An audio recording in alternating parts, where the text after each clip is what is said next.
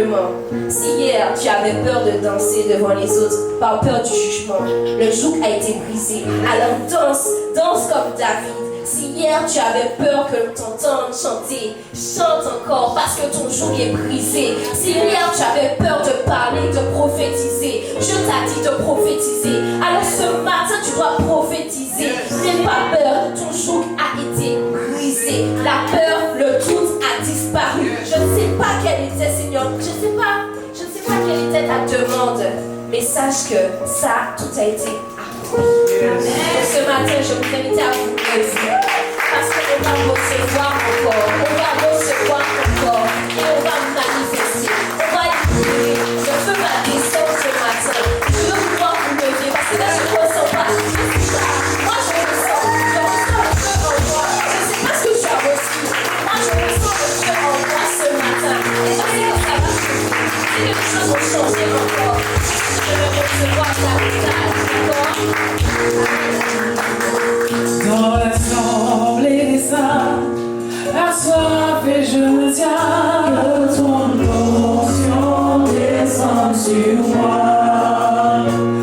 Conscient que mon destin est dans le creux de ta main, que ton onction descende sur moi. Sur moi et je suis disposé.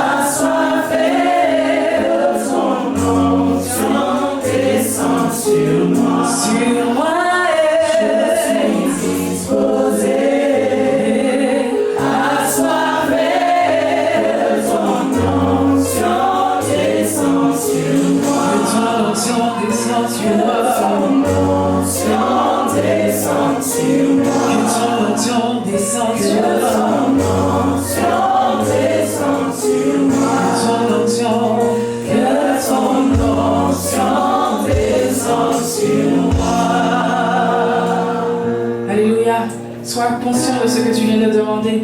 Alors quand l'onction va tomber, ne sois pas étonné. Alléluia. Nous allons louer l'Éternel. Vous êtes prêts? Alléluia.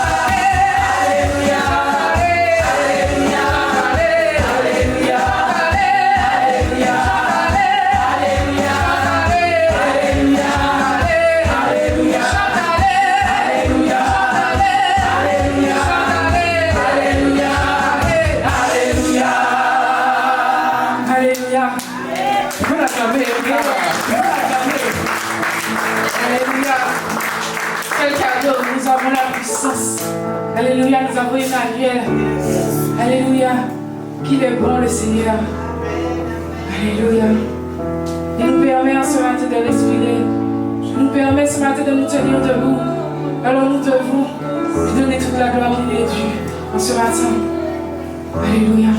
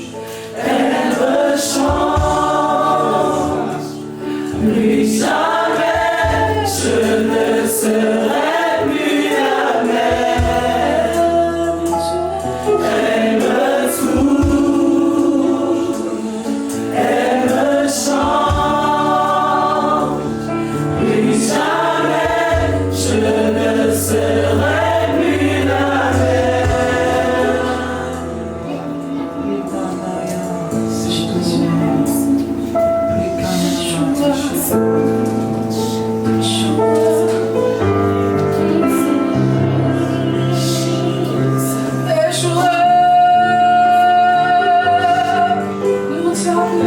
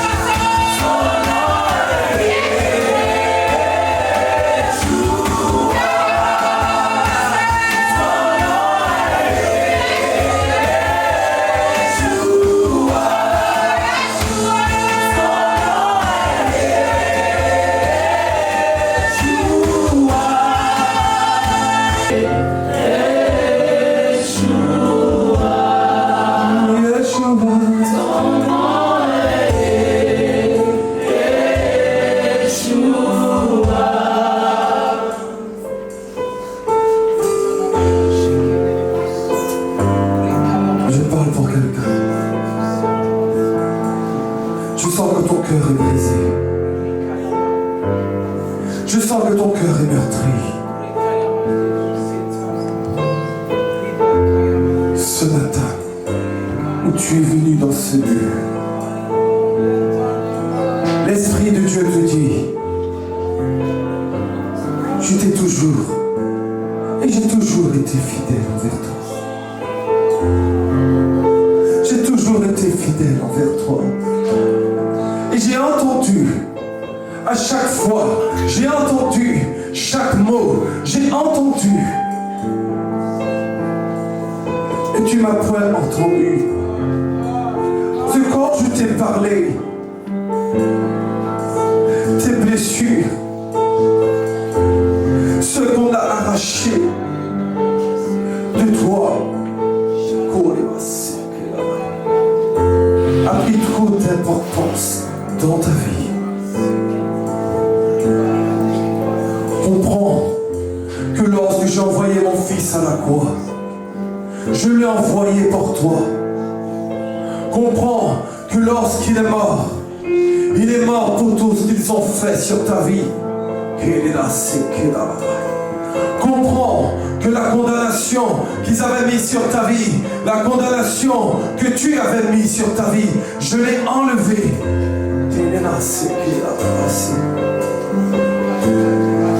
C'est pour toi. C'est pour toi que je viens. C'est pour toi que je viens. C'est pour toi que je viens.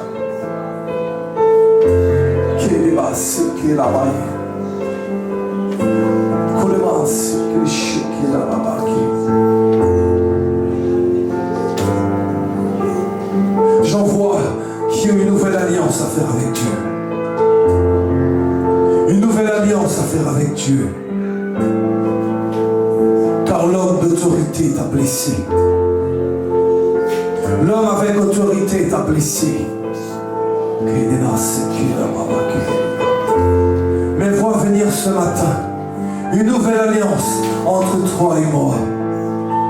Une nouvelle alliance dans la sincérité entre toi et moi. Une nouvelle alliance dans l'amour entre toi et moi.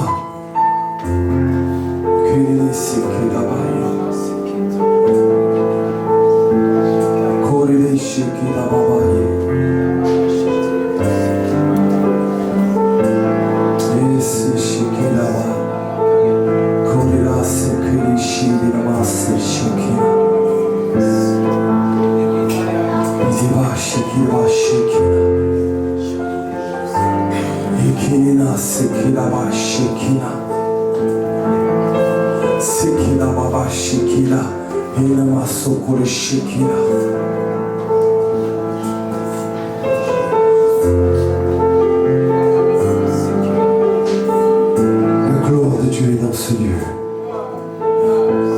La gloire de Dieu est dans ce lieu. La gloire de Dieu est dans ce lieu.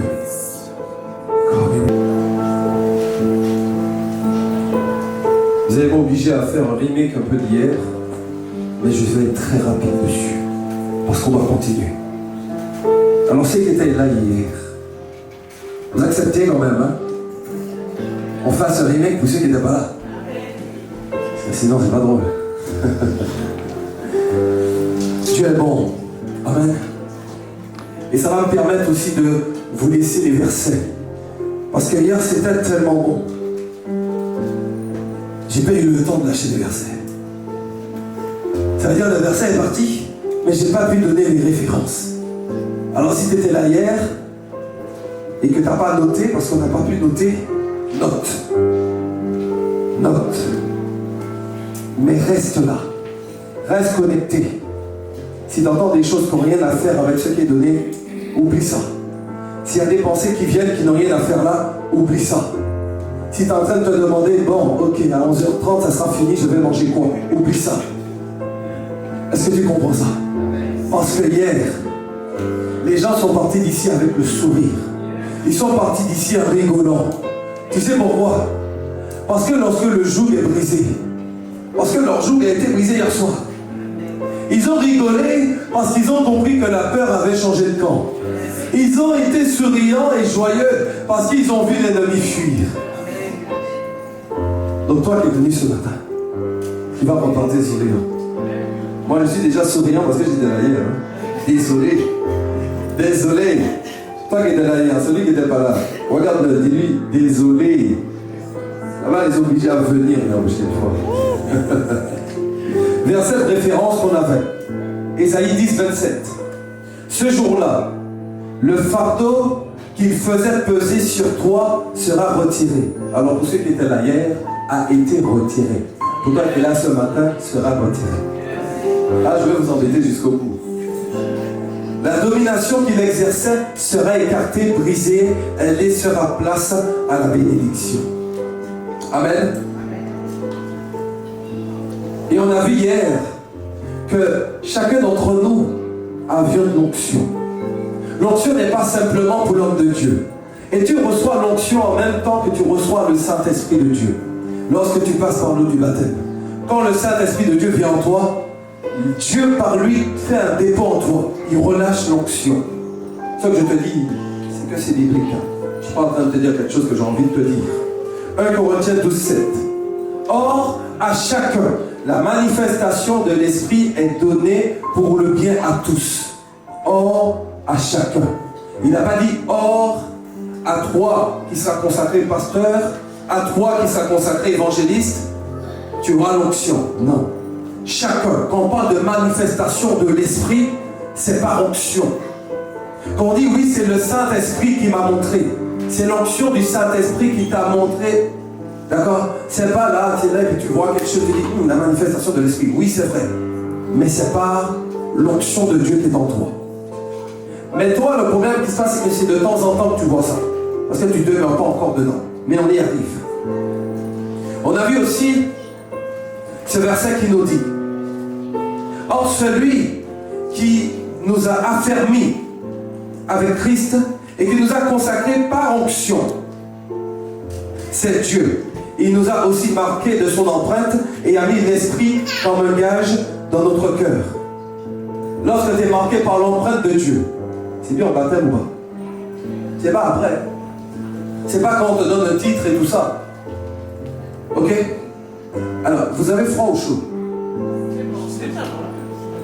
Seulement, j'ai l'impression que vous avez froid. Peut-être que c'est la chaise où vous êtes trop à l'aise dessus. Vous savez, ici, on est facile. On peut enlever ça, on met ça dans le coin et on vous met bien à l'aise. Parce que là, je commence à me refroidir. Alors, réchauffez-moi. C'est votre feu qui me réchauffe. Alors, si vous voulez que ça boue, il faut me réchauffer.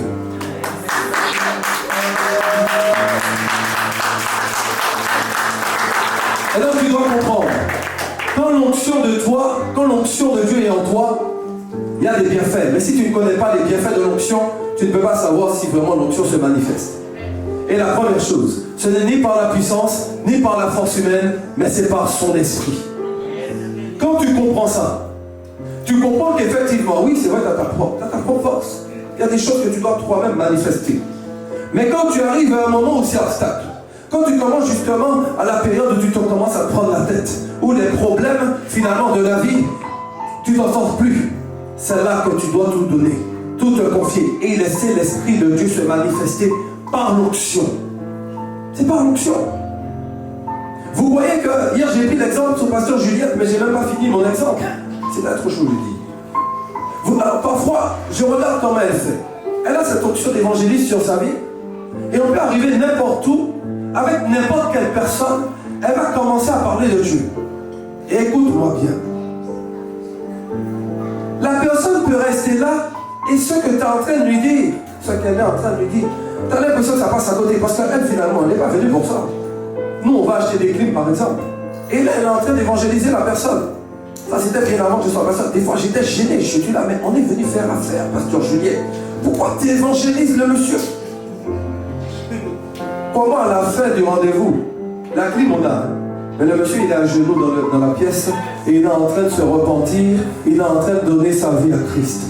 Parce que l'onction qu'elle a, c'est pas par sa force elle-même, mais c'est par l'onction de Dieu qui est en elle, pour ce que Dieu lui a donné à accomplir, que les choses se font. Est-ce que tu comprends la puissance de ce verset? Ce n'est pas par toi, ce n'est pas par mes propres forces, mais c'est bien par son esprit. On va continuer. Vous êtes toujours froid. L'onction amène un changement. Dis à ton voisin, l'onction amène un changement. Et ensuite tu lui dis, et ça c'est la partie la plus importante, si tu n'as pas changé jusqu'à aujourd'hui, dis-lui. C'est que tu n'as pas manifesté l'onction en toi. Là vous commencez à sourire. Commence à sourire. Et là j'avais pris l'exemple de Saül. Saül, quand il a été roi d'huile et envoyé par Samuel, il a été en contact avec des prophètes. Et ces prophètes, effectivement, avaient une onction prophétique sur leur vie. Mais Saül n'a pas été consacré prophète. Là, Saül a été consacré parce qu'il devait être roi. Mais le fait qu'il était avec ces prophètes, qu'il cohabitait avec eux, peut-être qu'il mangeait avec eux, il dormait avec eux, il était là, il était présent, il s'occupait peut-être d'eux, on ne sait pas.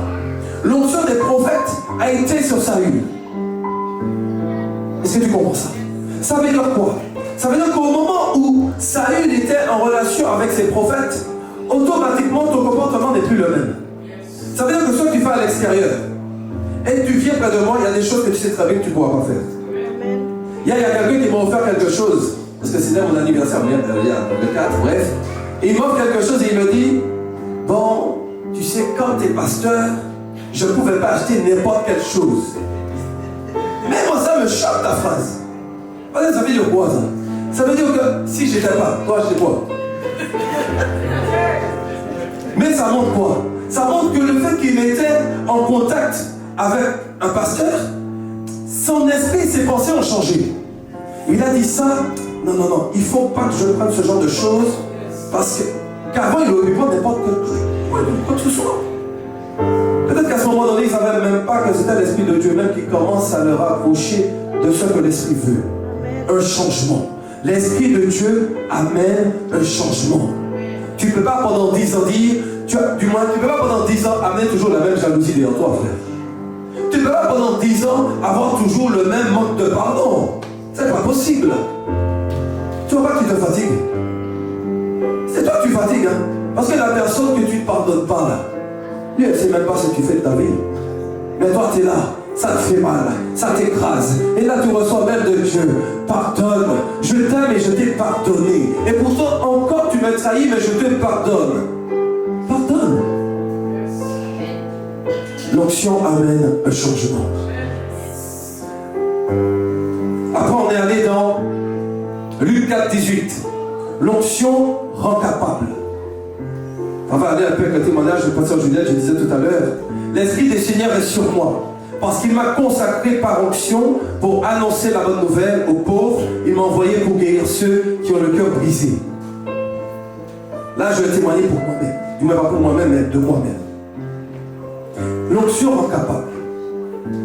Alors c'est vrai que lorsque j'étais coordinateur des jeunes, et même leader, je devais avoir 17 ans par là, la parole de Dieu, je vais être franc avec vous, je ne la lisais pas forcément tout le temps. C'est vrai. Mais c'était particulier parce que parfois, quand j'étais dans des entretiens avec les jeunes ou que je recevais un jeune, je disais des choses que moi-même je ne savais pas avant. Je disais des choses qui agissaient chez le jeune dans la situation qu'il vivait, mais que moi-même, à la fin de la rencontre, je me suis dit, mais qu'est-ce que tu as dit? Et quand je revois ce que j'ai dit, limite, je l'applique à moi-même parce que je me dis, oh, mais c'est fort. L'onction rend capable. Et ça, c'était par l'onction. Lorsqu'on m'a consacré pasteur, j'ai dit, waouh. Après, j'étudiais déjà un peu plus la parole, hein, mais pas soutenu. Je suis franc, moi, je suis franc. Et quand c'est vrai, on m'a consacré pasteur, et j'ai dit, oui, Seigneur, je veux. Quand tu dis, oui, Seigneur, je veux, attention. Et c'est vrai que j'avais cette petite crainte de ne pas avoir les versets au bon moment. Parce que vous connaissez les gens de pasteurs là qui ils te dépliquent des versets comme ça. Il est sur les et te dit, Zacharie 4,6, la parole de Dieu te dit, non. Même s'il n'applique pas. Mais bref, ça c'est pas grave, je jette. Mais il sort ça. Et je voyais ça et je disais, wow Seigneur, ça je suis pasteur, il faut que j'arrive à faire ça. Écoute-moi. Parfois j'arrive, parfois j'arrive pas. Mais je vais te dire mieux. Un jour, je suis avec un pasteur qui a déjà au moins 20 ans dans le ministère. On est en train de parler, et pendant qu'on parle, l'Esprit du Seigneur lui touche, et il me dit, pasteur, je t'écoute ça. J'ai ça à te dire. Tu vas prêcher. Tu vas peut-être pas annoncer le verset, mais ce qui sortira de ta bouche sera le verset. Amen. T'as pas compris. Je dis, l'Esprit de Dieu rend capable. C'est vrai que ce qui est écrit dans la Bible vient de Dieu. C'est vrai. Mais qu'est-ce qui est mieux? D'apprendre ce qui est écrit ou que ce qui est dedans est planté en toi et que du coup tu puisses l'utiliser à n'importe quel moment sans pour autant dire ah, Jean 5, tu vas rencontrer quelqu'un dans la rue, tu vas lui parler du verset sans même annoncer le verset. Ça veut dire que lui va se dire mais il ne me parle même pas de la Bible, il est en train de m'annoncer quelque chose. Et ce que tu es en train de l'annoncer est tellement palpable pour lui, il se dit waouh, mais il ne me connaît même pas. D'où ça sort? L'Esprit de Dieu rend capable par son onction.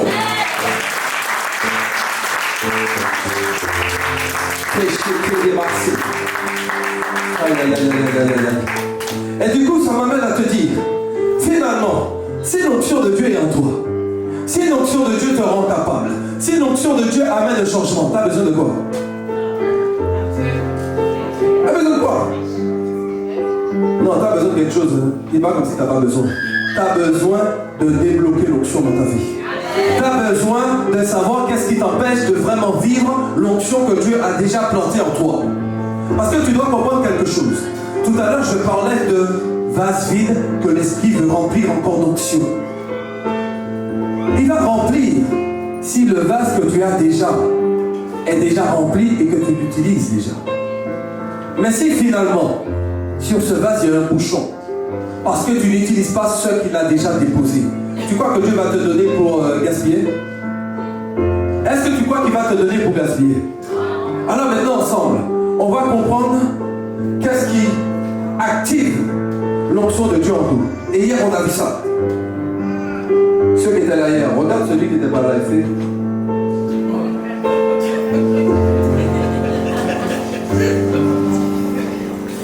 La première clé que je te lâche, je vous regarde tous les deux là. La consécration. La consécration. Et quand je parle de consécration, j'ai même pas besoin de parler de repentance. Parce que quand tu te consacres, la repentance c'est la base. C'est au début. Quand tu te consacres, tu te mets à part. Et quand tu te mets à part, tu es en axe avec l'Esprit de Dieu. Est-ce que tu me suis? Plus tu es consacré, plus tu es axé à l'Esprit, plus tu vas manifester les œuvres de l'Esprit. Plus les choses du monde, plus les choses de tous les jours que tu vas voir en face de toi, tu vas te dire, mais oui, mais je dois besoin d'aller là, mais j'ai ça à faire, comment je peux le faire? Dis-moi, mets ça de côté. Fais le bon choix. Fais le bon choix. Qu'est-ce que tu as vraiment besoin pour toi? Parce que finalement, ce que tu as besoin se trouve où? Il se trouve en lui. Il se trouve pas en toi. Donc tu fais quoi? Tu préfères t'occuper de ce que tu penses qui va t'aider à t'en sortir ou finalement d'aller directement dans la solution? Jésus est la solution. Je répète, Jésus est la solution. Notre Seigneur est la solution. Et la consécration, c'est une décision. Parce que la repentance, quand tu es chrétien, tu n'as pas le choix. C'est limite obligatoire. Par contre, la consécration, c'est une décision. Quand tu décides de faire un jeûne, vraiment c'est jeûne et prière, c'est pas juste jeûne. Mais quand tu décides de faire un jeûne, c'est une décision. Parce que tu peux, des gens qui font des jeûnes intermittents et tout, c'est une décision d'abord. D'accord? Maintenant tu vas jeûner et prier. Ça veut dire que je vais prendre une décision, non seulement de jeûner, mais aussi d'arrêter dans cette journée-là un moment important pour prier. Oh. À l'équipe ici, je leur dis, quand vous faites ça, quand vous jeûnez et priez, essayez de bloquer automatiquement 2h40. Pourquoi 2h40? La dîme de ta journée. Parce que parfois on travaille la journée, c'est vrai.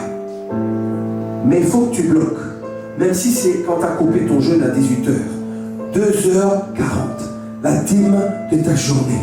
Offre à Dieu ce moment. Offre à donne-lui. Et là, je leur dis, quand les jeunes les prient, mais normalement, c'est chaque jour. Mais bon. L'onction amène le changement. Ne t'en veux pas. Je vais continuer. Deuxième clé. Et là, l'obéissance. Je sais. Mais l'obéissance. Parce que si Saül n'avait pas écouté Samuel, lorsque Samuel lui a dit, va, Samuel n'aurait pas changé. Samuel n'allait pas recevoir l'onction des prophètes. Est-ce que tu comprends? L'obéissance est important pour toi. C'est important pour ce que Dieu a besoin de faire avec toi. Parce que si tu n'obéis pas, comment tu vas faire pour changer finalement? Quand tu dis à ton enfant, ne fais pas ça, et il fait. Tu le mets, ne fais pas ça, et il fait. Ça te fatigue ou pas? Et c'est quand il va enfin obéir, tu seras réjoui. Oui ou non?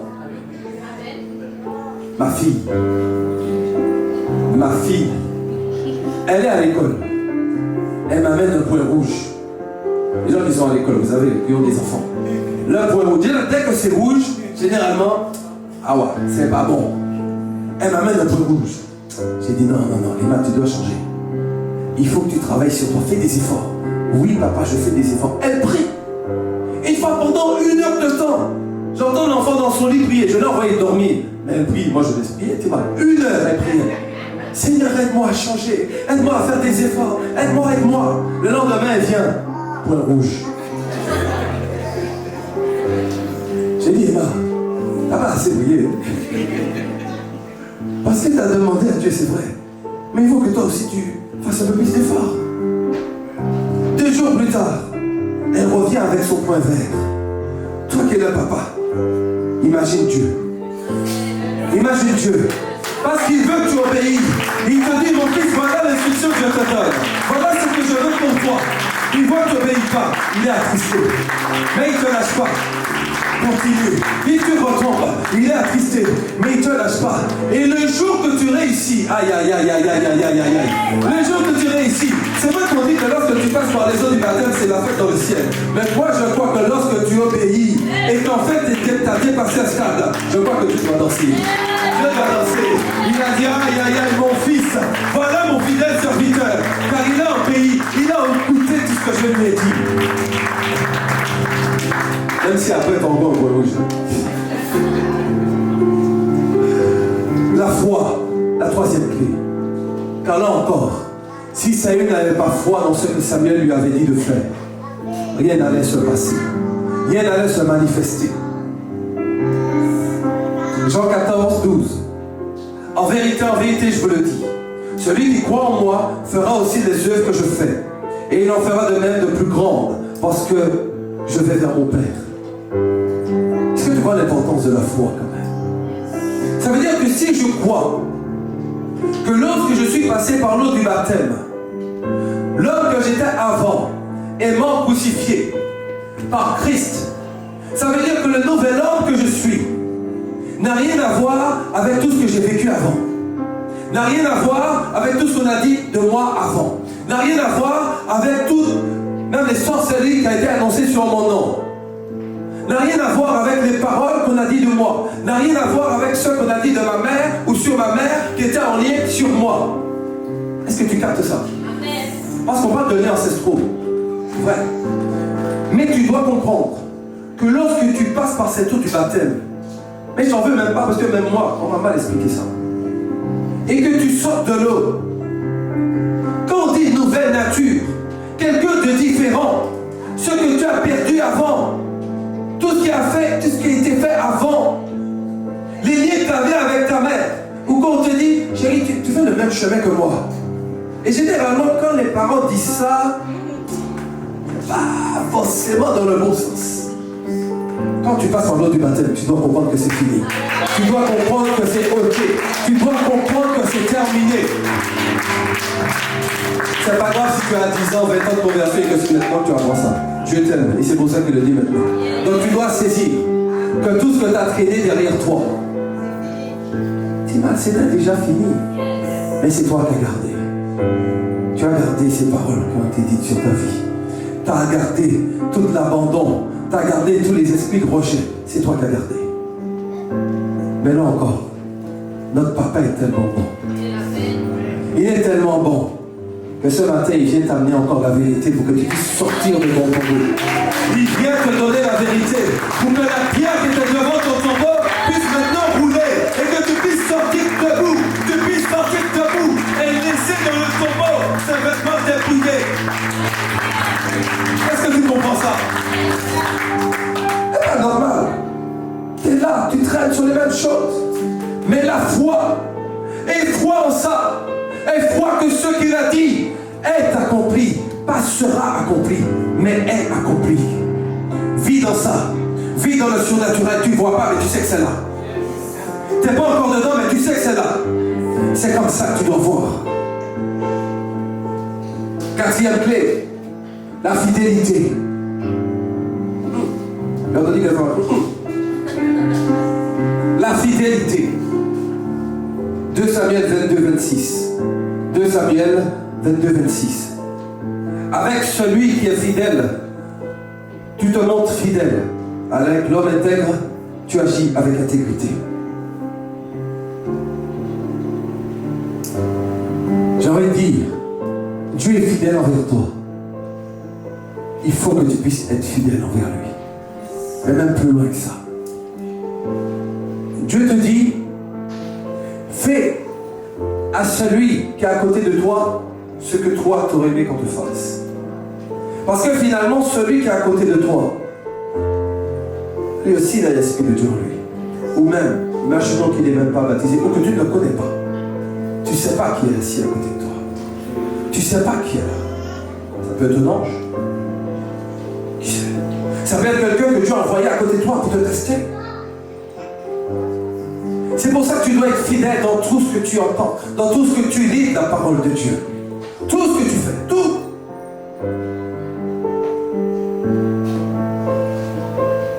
Bon, j'étais en train d'hésiter si je parlais de ça. Mais bon, Timan, ne prends pas mal. Je ne vais pas annoncer ton nom. Mais c'est un bon témoignage que ça s'est fait au même moment. La fidélité est tellement forte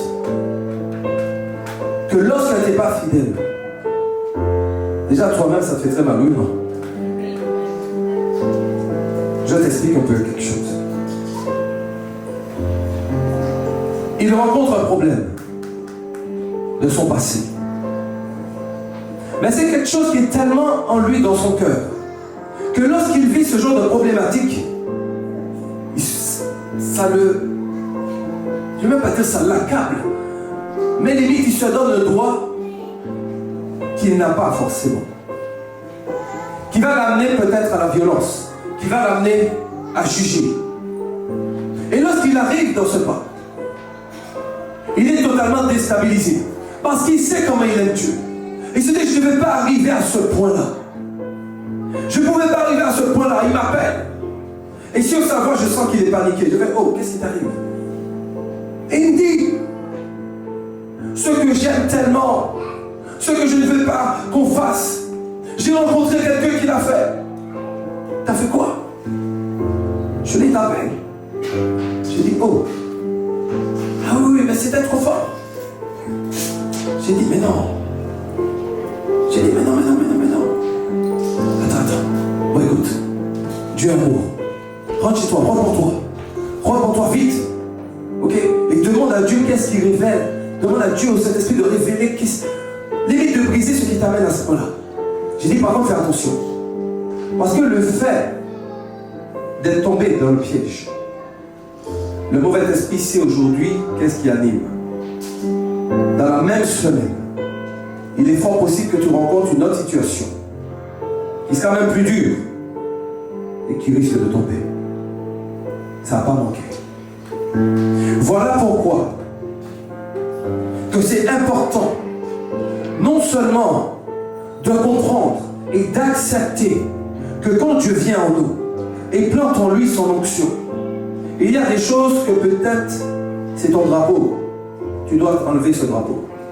Car le seul drapeau que tu dois avoir, c'est le drapeau avec le nom de Jésus. C'est le seul drapeau que tu dois avoir. Parce que ce drapeau-là va te donner un discernement justement dans ces situations-là que tu vas vivre.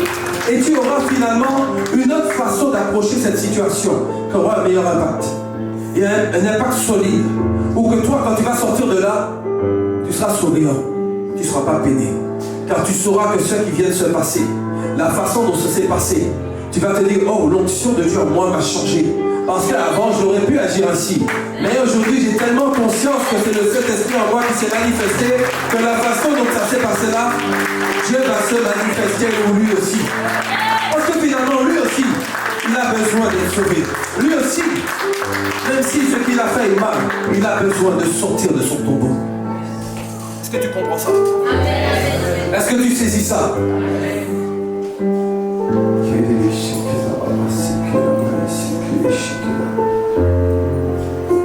Maintenant, on passe à l'autre niveau.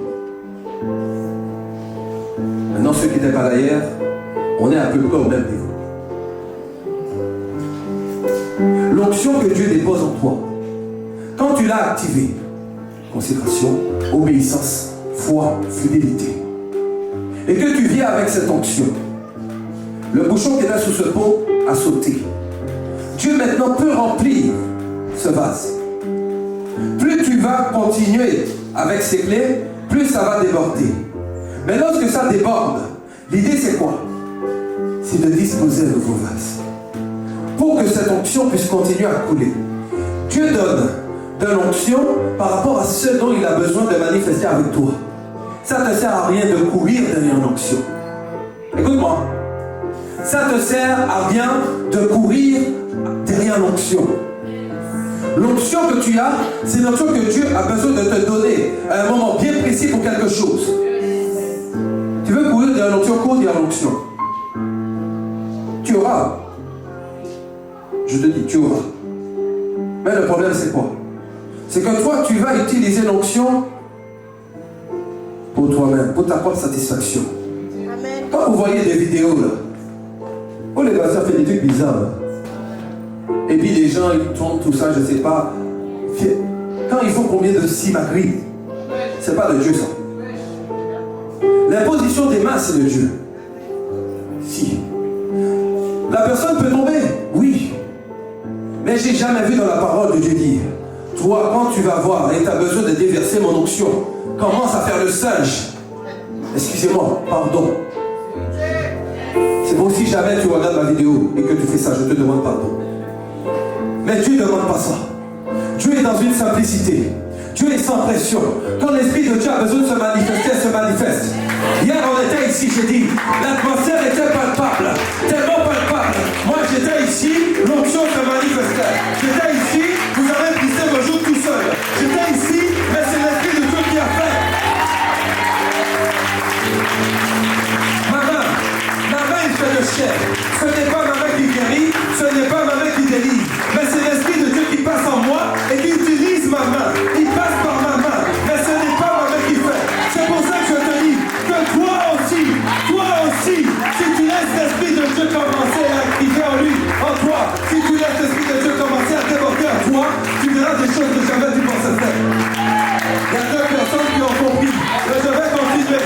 Écoute-moi, je suis en train de te dire que si tu laisses l'Esprit de Dieu activé en toi, mais laisse le bébé, non, peut-être que lui il veut l'action, laisse l'huissier venir. Écoute-moi, laissez l'huissier, laisse-le. Écoutez-moi, je vous dis quelque chose. Si tu comprends enfin que le dépôt que le Saint-Esprit a mis en toi, c'est pour quelque chose de bien précis. Regarde ici. Ici attiré. Mais tu dois comprendre. Il est temps que tu actives ce qu'il a mis en toi. Il est temps que j'ai envie de dire, que tu brises le voile qui était devant toi qui disait, c'est le pasteur qui a l'onction pour prier pour moi pour sortir de ça. Écoute, le pasteur est là pour t'accompagner. Le pasteur est là pour t'accompagner. C'est vrai que le pasteur, parfois, il aura une onction différente à celle que tu as. Parce que celle que tu as, c'est pour quelque chose de bien précise. Mais celle que Dieu te donne, c'est aussi pour quelque chose. Alors ne minimise pas ce qui est en toi, ne minimise pas la puissance qui est en toi. Parce que tant que tu vas minimiser ça, l'Esprit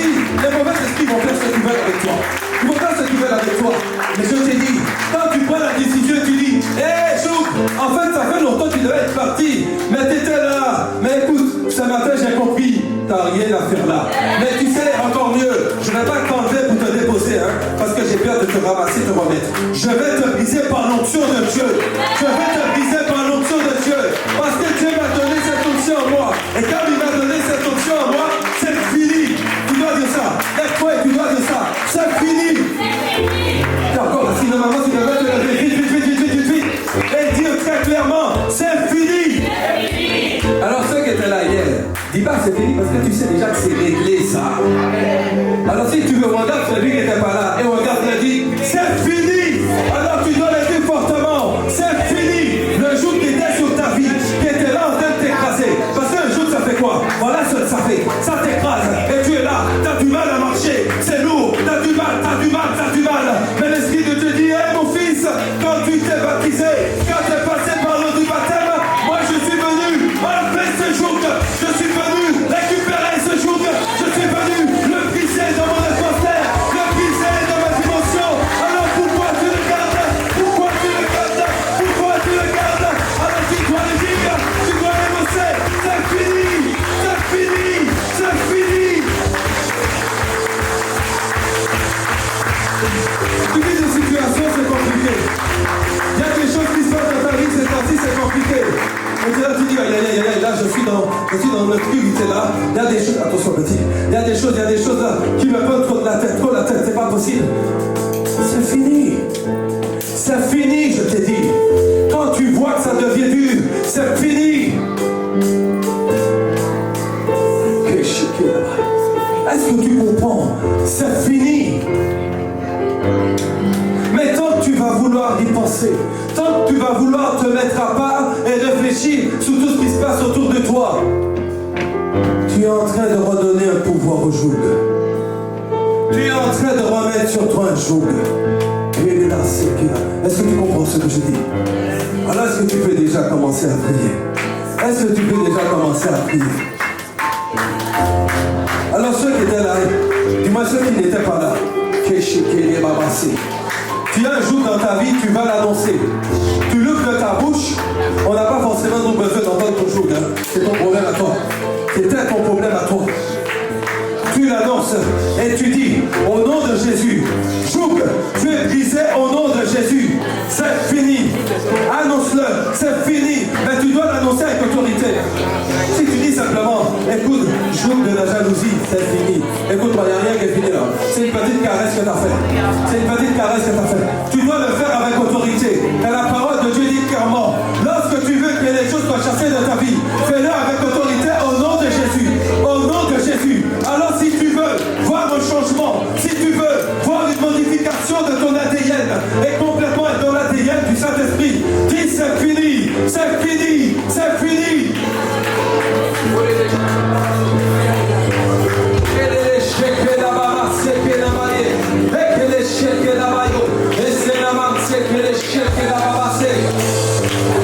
Par contre, toi qui étais là hier,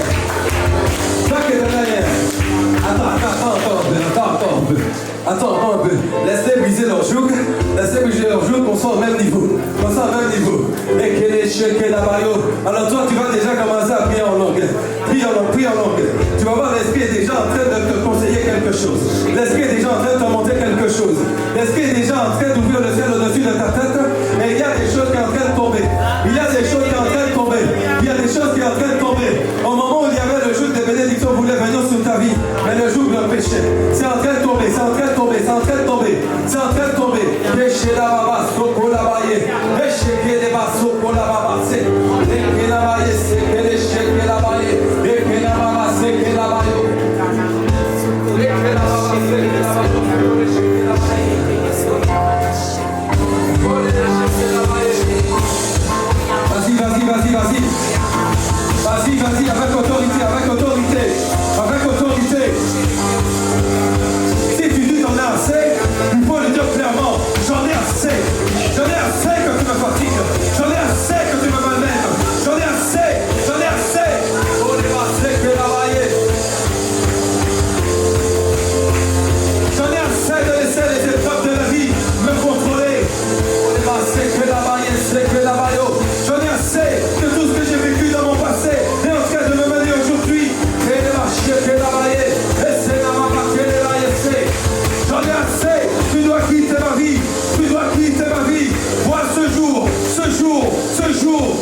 que mon esprit de Dieu a choisi pour moi. Et je te brise, je te brise, je te brise, je te brise, je te brise.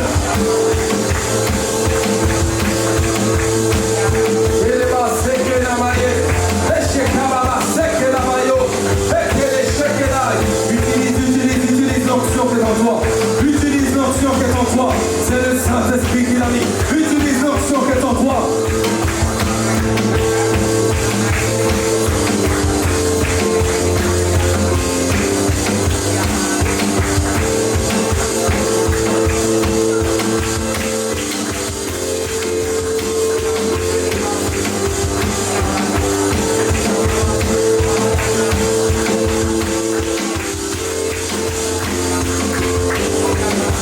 Tu dois comprendre que l'onction, c'est aussi un signe de notre alliance, un signe d'alliance. Quand Dieu déverse en toi, il est en train de faire une alliance encore avec toi, encore avec toi, encore avec toi, encore avec toi. Et checker les massés que la baille, et les mansons pour les checker là, et c'est les que les massés que les checker là, et les massés que la baille, et que les checker là, oh, pour la massé que la baille, c'est que la baille. On y va, on y va, on y va, on y va, on y va.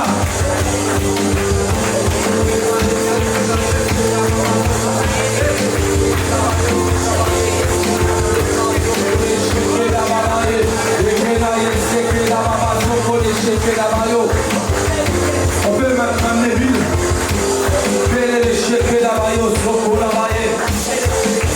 Vas-y, lâche pas.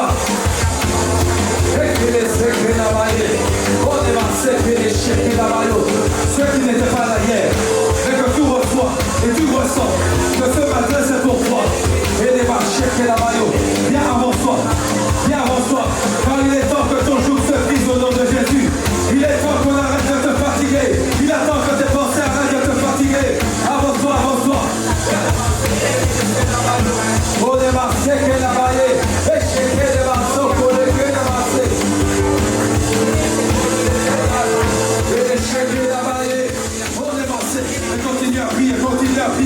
Continue à refuser, continue à briser au nom de Jésus, au nom de Jésus. Et c'est la ramassée, et c'est les mains, et c'est la ramassée, et c'est les mains, et c'est la ramassée, et la ramassée.